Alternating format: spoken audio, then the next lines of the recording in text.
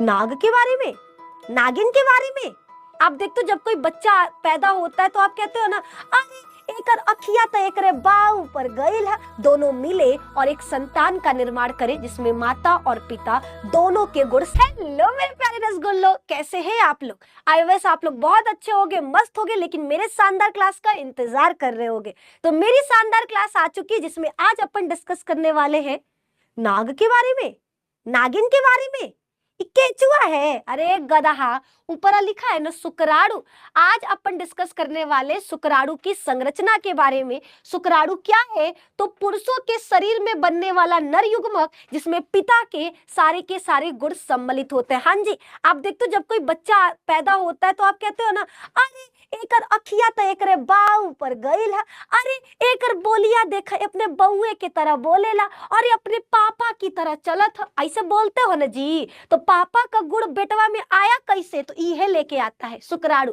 अब सवाल ई कैसे लाता है? तो मैथुन क्रिया के दौरान, यानी जब मेल और फीमेल क्या कर रहे, मैथुन की क्रिया कर रहे, सेक्स कर रहे, तब उनके पुरुष के शरीर से ये शुक्राणु कहाँ आ जाता है? महिला के शरीर में। और महिला के शरीर में ये अंडे के साथ निषेचन करेगा और अपने आनुवांशिक पदार्थ को महिला के अंडे में डाल देगा, ताकि महिला का आनुवांशिक पदार्थ पुरुष का आनुवांशिक पदार्थ दोनों मिले और एक संतान का निर्माण करे जिसमें माता और पिता दोनों के गुण सम्मिलित हो। तो आज के इस छोटे से प्यारे से सेशन में अपन इसी की संरचना के बारे में डिस्कस करने वाले। शुक्राणु जनन, ठीक है। नेक्स्ट बच्चा आपका टिप्पणी में क्या है? शुक्राणु जनन किसे कहते हैं? ये बहुत इंपॉर्टेंट है, ये बहुत इंपॉर्टेंट है, ठीक है। सबसे पहली चीज मेन पॉइंट बता देते हैं जो आपको याद रखना है। शुक्राणु जनन कहाँ होता है? वृषण में। पहला चीज, शुक्राणु कहाँ बनेगा? लड़कों में ना बनेगा जी, ये तो आपको याद रखना है। शुक्राणु जनन वृषण में होता है। वृषण की कहाँ? शुक्रजनक नलिकाओं में।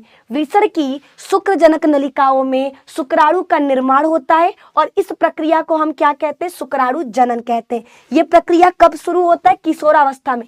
लड़का जब अपने यौवनावस्था में आएगा, प्यूबर्टी एज में आएगा, तब उसके शरीर में शुक्राणु बनता है, ठीक है। शुक्राणु 3 अवस्थाओं में बनेगा। पहला है गुणन प्रवस्था, ठीक है। इसमें जो हमारी शुक्र कोशिकाएं हैं, शुक्राणु जन कोशिकाएं हैं, ये समसूत्री विभाजन करती हैं और अपनी संख्या को बढ़ाती हैं, ठीक है। फिर वृद्धि अवस्था, कुछ कोशिकाएं आकार में बढ़ जाती हैं और बढ़ करके प्राथमिक शुक्र कोशिका, प्राथमिक शुक्राणु जन कोशिका कहलाएंगी, ठीक है। तीसरा हमारा कहलाता है परिपक्वन अवस्था।